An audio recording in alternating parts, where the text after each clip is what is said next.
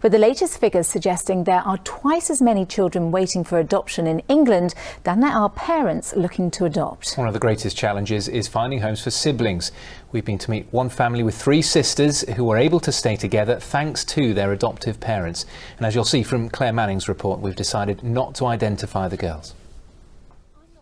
Before these 3 sisters were adopted, they saw and they experienced things no young child ever should. When we were with our birth family, obviously I took care of these 2, so it was hard for me to adapt having people that actually cared, and I got stuck with the bad memories, so it was difficult.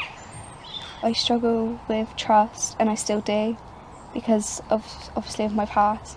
Now teenagers, these 3 young women told me because they weren't separated when adopted, it saved them from even further lifelong trauma. It would have been hard for me.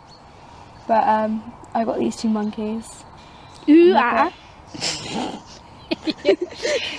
Your sisters, they can be challenging sometimes. Yeah, I'm sure they'd say the it. same about you. Yeah, but how much does it mean to you that you got to stay with your sisters? It means a lot because I guess growing up with them, they may have their moments, but I've always loved them. Their mum told me how life changed for her and her husband when their adopted daughters, aged then 2, 3 and 4, came to live with them. At the time they were just sort of like this bundle of like Tasmanian devils, just full of energy, cuteness overload, and they just, it was just magical. It was just, it's hard to explain. But of course, having 3 daughters who've experienced neglect and abuse, well, it's not been easy.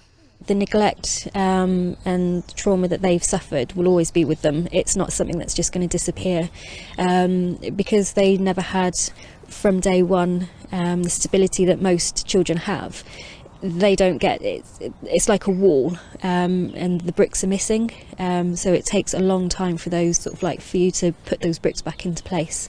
Anne-Marie says one of the reasons adoption worked for her family was due to the ongoing support of this Westcountry charity, Families for Children. Families for Children say 45% of children waiting to be adopted in the South West are brothers and sisters. If you think that those children have already been through a number of traumatic early events, if they're taken away from their sibling, who might be the only person who has understood what they've gone through, even though they're very young, it's another wrench, it's another loss for them as a child. So where it's possible, it's much better for them to be kept together in a family group and a sibling group.